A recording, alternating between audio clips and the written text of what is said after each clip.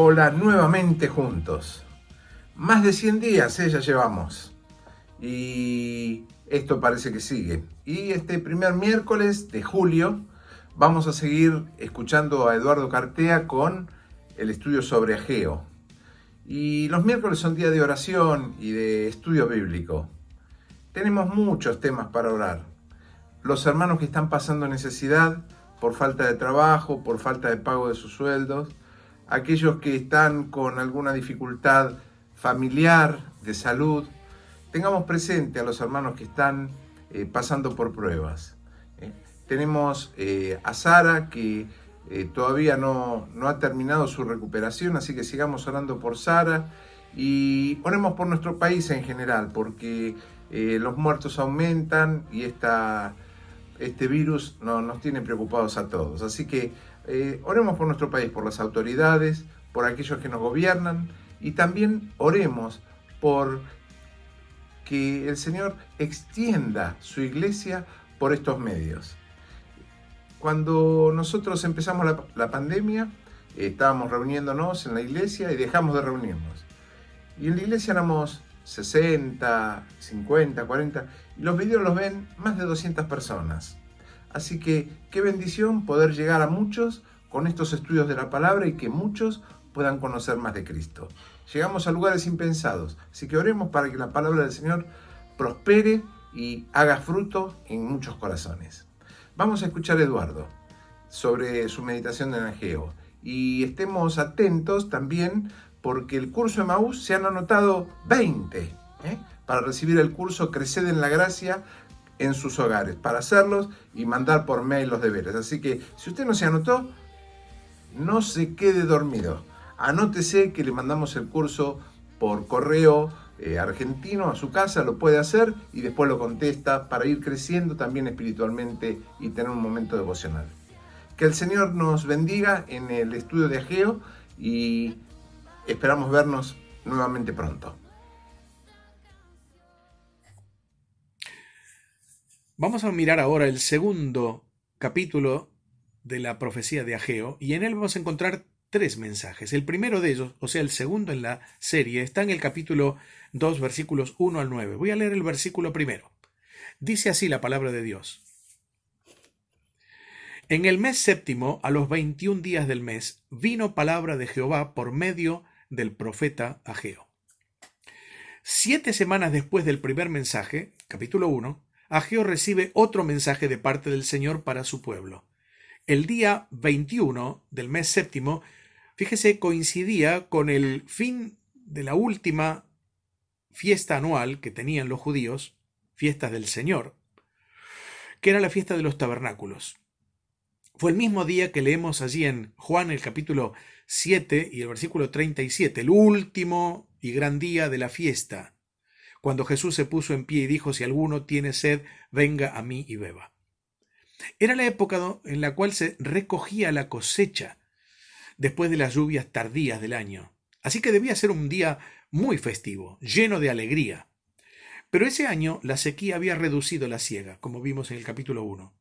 Dios había cerrado los cielos. La bendición no había llegado a causa de la apatía espiritual del pueblo. Entonces, el mensaje de parte del Señor tenía el propósito de hacerles ver que su indiferencia había provocado el enojo de Dios y, por otro lado, su gracia volvía a hacerse oír llamando al pueblo a cambiar de actitud a fin de recibir una nueva bendición. Tres cosas podemos ver aquí. En primer lugar, un llamado a la reflexión. Versículo 3. Dice Dios: ¿quién ha quedado entre vosotros que haya visto esta casa en su gloria primera, y cómo la veis ahora? ¿No es ella como nada delante de vuestros ojos? El templo de Salomón era un edificio imponente, grandioso, bellísimo, construido con grandes piedras blancas, labradas, engastadas unas a otras a la perfección. Su interior cubierto de oro, sus maderas preciosas, perfumadas, sus cortinas de telas suntuosas.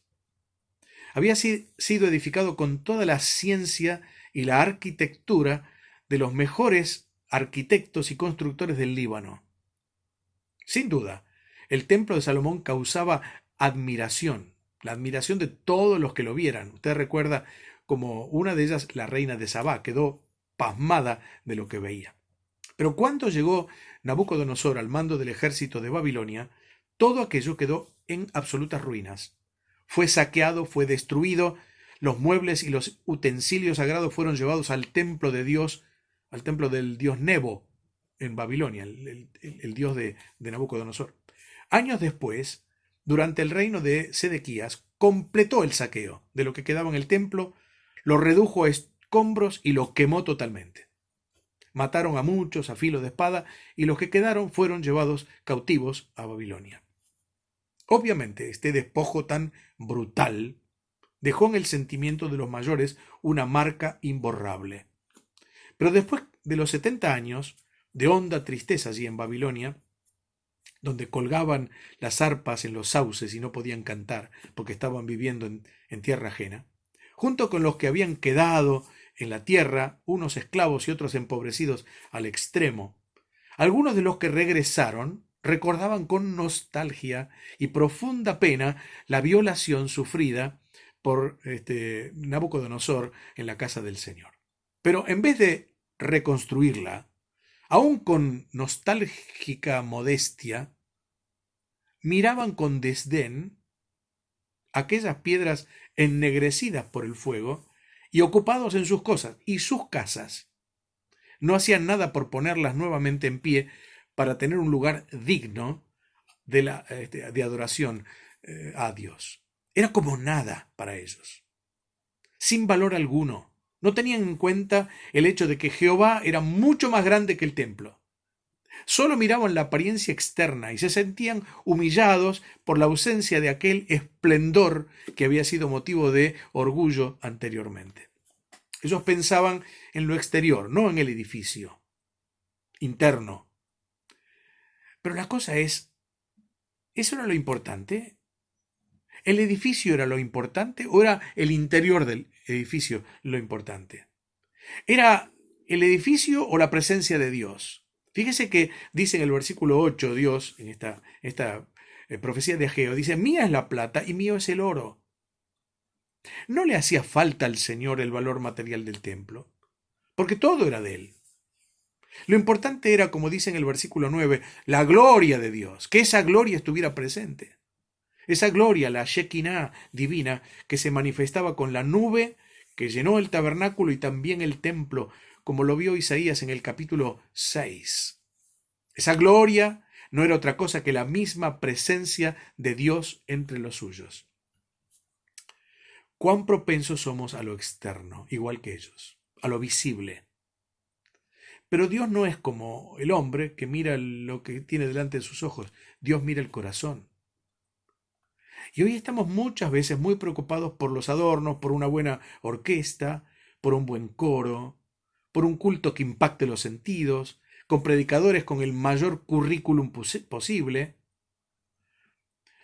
Y no está mal que busquemos la excelencia, pero no a costa de dejar lo principal. Adorar al Señor en espíritu y en verdad desde templos humanos limpios. Enseñar la palabra con todo su contenido, con toda la profundidad posible, después de estudiarla a conciencia y darla en el poder del Espíritu Santo. Predicar el genuino evangelio de la gracia de Dios, tal como encontramos en la Biblia. Cultos en los cuales podamos salir de ellos diciendo, he visto la gloria de Dios. He oído al Señor hablarme al corazón, no a este hermano o al otro. Oh, qué hermosa el tiempo de alabanza solamente. Y eso es todo lo que queda en el corazón. Qué bueno si pudiéramos salir diciendo, el Espíritu Santo tocó mi vida con la palabra de Dios. Eso es lo que vale, hermanos. Tal vez pensemos que los días pasados eran mejores que los del presente. Puede parecernos que el servicio de los hijos de Dios en la actualidad parezca muy inferior al que decimos hicieron grandes hombres de antaño. Ese pensamiento muchas veces produce gratitud, cierto es, pero otras veces invita al desaliento. Pero vivimos esta época y Dios nos presenta oportunidades mucho más grandes que las que tuvo el pueblo de Dios en toda la historia. en todo el tiempo de la Iglesia. Pensar que nuestras vidas y servicios son lógicamente inferiores a los de siglos pasados es asumir un fracaso. Pero en realidad ese fracaso no es nuestro, sino de Dios. Implica pensar que el poder de Dios es limitado, que Él no puede hacer con su pueblo lo que hizo en otros tiempos, que la apostasía del mundo avanza, es cierto, que no hay duda que vivimos tiempos difíciles, que la fe de muchos se enfriará, como dice la Escritura, pero no podemos vivir lamentando esas cosas. Es hora de tomar el arado y no mirar atrás. Pero confiados no en nuestras fuerzas, sino en la sabiduría, en el poder, en la potencia irresistible de la palabra de Dios y el poder sin igual del Espíritu de Dios. Entonces debemos pensar en el siguiente punto. Y en los versículos 4 y 5 del capítulo 2 hay una promesa fiel. Leo en la palabra del Señor. Pues ahora, Zorobabel, esfuérzate, dice Jehová. Esfuérzate también, Josué, hijo de Josadac, sumo sacerdote, y cobrad ánimo, pueblo todo de la tierra, dice Jehová, y trabajad, porque yo estoy con vosotros, dice Jehová de los ejércitos, según el pacto que hice con vosotros cuando salisteis de Egipto. Así mi espíritu estará en medio de vosotros. No temáis. Dios es misericordioso. Y a pesar de la apatía del pueblo de la tierra, es decir, de la tierra de Israel, como dice la Biblia aquí, habla a sus líderes y les alienta. Fíjese las palabras que usa. Esfuérzate, esfuérzate, cobrad ánimo, trabajad. Es como si Dios le dijera, adelante, manos a la obra. No pierdan tiempo. Nunca es tarde para recomenzar, para reconstruir, para restaurar y enderezar si hay algo torcido. Dios es un Dios de oportunidades y nunca dejará a su pueblo sin una posibilidad de volverse a Él en demanda de perdón y de restauración espiritual. Pero este ánimo no era, en aquel caso, y no debe ser con nosotros, mero entusiasmo de la carne. Tiene una promesa fiel, y nada menos que viene de Jehová de los ejércitos, del Dios de todo poder y de toda y absoluta autoridad. Hermanos, por encima de las dificultades, de la apatía, de la indiferencia, de la infidelidad, ese grandioso Dios les dijo y nos dice, yo estoy con vosotros. Y si es así, ¿qué enemigo puede oponerse? ¿Qué circunstancias pueden impedirlo? Dios no ha cambiado, sigue siendo el soberano. Como alguien dijo, el trono del universo está ocupado y los hombres están bajo la mirada del Dios omnipotente. Ese es tu Dios y mi Dios. Ese es nuestro Dios. Nos recuerda que la misma promesa que el Señor Jesucristo les hizo a los discípulos. Toda autoridad me es dada en el cielo y en la tierra, por tanto, id, dice el Señor, y estaré con vosotros todos los días hasta el fin. ¿Quién lo promete? Es el Dios que siglos atrás había sacado al pueblo cautivo de Egipto de la libertad con mano fuerte y brazo extendido. Es el Dios de los pactos para su pueblo. Es el mismo Dios en el cual podemos confiar porque jamás los quebranta. Sus promesas son en Cristo sí y amén. Y podemos descansar en su palabra y podemos confiar en sus promesas. Y dice el Señor, lo mismo que dijo por Ageo al pueblo de Israel. Mi espíritu estará en medio de vosotros, no temáis. Hermanos queridos, necesitamos un despertar espiritual. Necesitamos un avivamiento espiritual. Necesitamos volver a reconstruir lo que está caído, lo que el enemigo ha destruido. Jeremías, cito otra vez a este gran hombre de Dios, en sus lamentaciones dice en el capítulo 1 y versículo 10, extendió su mano el enemigo a todas sus cosas preciosas. ¿Qué cosas preciosas ha llevado el enemigo de tu vida?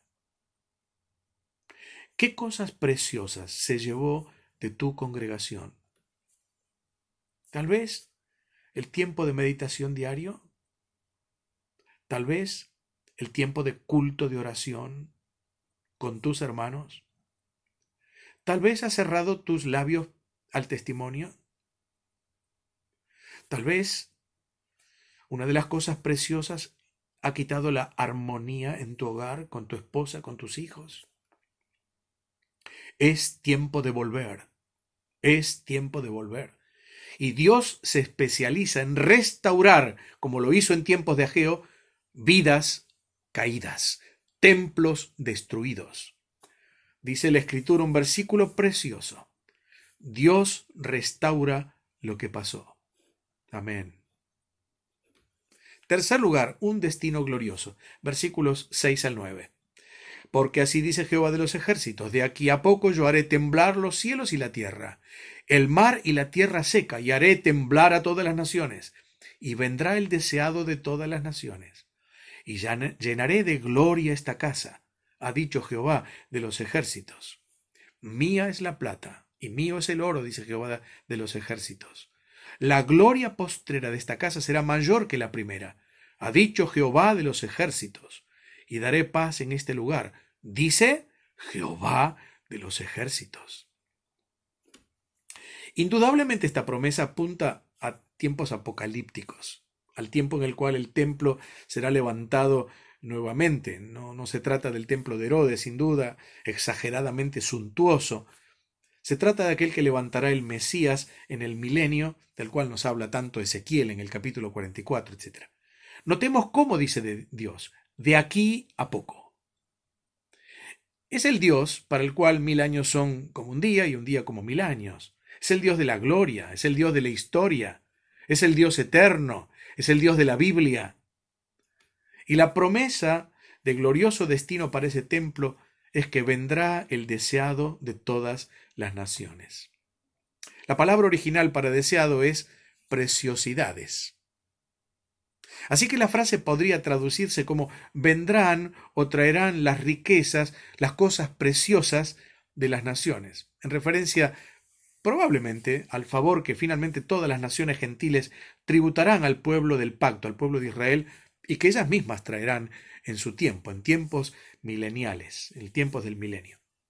Pero también es posible traducirla como está en la versión nuestra, la versión 60, vendrá el deseado de las naciones, en referencia al Mesías, al Señor Jesucristo. Él será el deseado, porque las naciones anhelarán un libertador que les libere del yugo de esclavitud que el anticristo les impondrá en aquel tiempo final de grande tribulación, por el cual pasará el mundo incrédulo. De todos modos, si el término fuera preciosidad, nos recuerda lo que el apóstol Pedro dice en su primera epístola, capítulo 2 y verso 7. Para nosotros, los que creemos, Él, el deseado de las naciones, Él es precioso.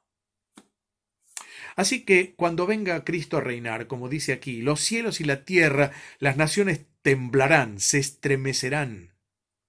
El mismo Jesús lo anticipó cuando dijo en su sermón profético, allí en Mateo capítulo 24, el sol se oscurecerá, la luna no dará su resplandor y las estrellas, es decir, los astros, los meteoros, caerán del cielo y las potencias de los cielos serán conmovidas. Será una tremenda convulsión física, natural, política, social en aquel tiempo. Y entonces vendrá el Rey de Reyes y Señor de señores, y la tierra y la casa de Dios será llena de su gloria, no solo por el esplendor material, sino por la misma presencia majestuosa de Dios. Un antecedente lo tenemos en aquella visión de Isaías, mencionábamos antes en el capítulo 6, dice Isaías allí, vi yo al Señor excelso y sublime sentado en un trono. El borde de su manto llenaba el templo y los serafines que decían el uno al otro, Santo, Santo, Santo es el Señor Todopoderoso, Santísimo. Eso es lo que quiere decir, no 3 veces santo, sino inmensamente santo. Toda la tierra está llena de su gloria. Y la Biblia dice que esto se refiere al Señor Jesucristo. Así que un día nosotros vendremos con Él, nuestros ojos le verán, reinaremos con Él, y esto será una gloriosa perspectiva y esperanza de los hijos de Dios. Por eso dice acá, la gloria postrera de esta casa será mayor que la primera, ha dicho Jehová de los ejércitos. La glorificación del templo ocurrirá cuando entre Jesús mismo en él. Y termina diciendo, y daré paz en este lugar, dice Jehová de los ejércitos. En su primera venida, Cristo hizo la paz por la sangre de su cruz. En su segunda venida, Cristo dará paz. El príncipe de paz reinará hasta el fin, cumpliendo la promesa de Dios el Padre, como leemos en el Salmo 2. Yo he puesto, dice Dios, mi rey sobre Sión, mi santo monte. Podemos decir con aquel sublime, aquel himno sublime de Händel, el Mesías, y reinará por siempre y siempre. Aleluya. Queridos hermanos, si este es el futuro glorioso del pueblo de Dios, del templo de Dios, la presencia de Dios en aquel lugar, anticipemos también en nuestro templo personal y también en el templo que son nuestras congregaciones, esa gloria de Dios que llene el lugar. Dejemos la apatía, dejemos aquellas cosas que impiden que la presencia de Dios se manifieste y que podamos cada día de nuestra vida, a través de la obra del Espíritu Santo, reconstruir aquello que está mal y permitir que la gloria de Dios, la presencia de Dios, el poder de Dios, la magnificencia de Dios llene nuestras vidas, nuestro testimonio, nuestros hogares, nuestras iglesias, para la gloria de su precioso nombre.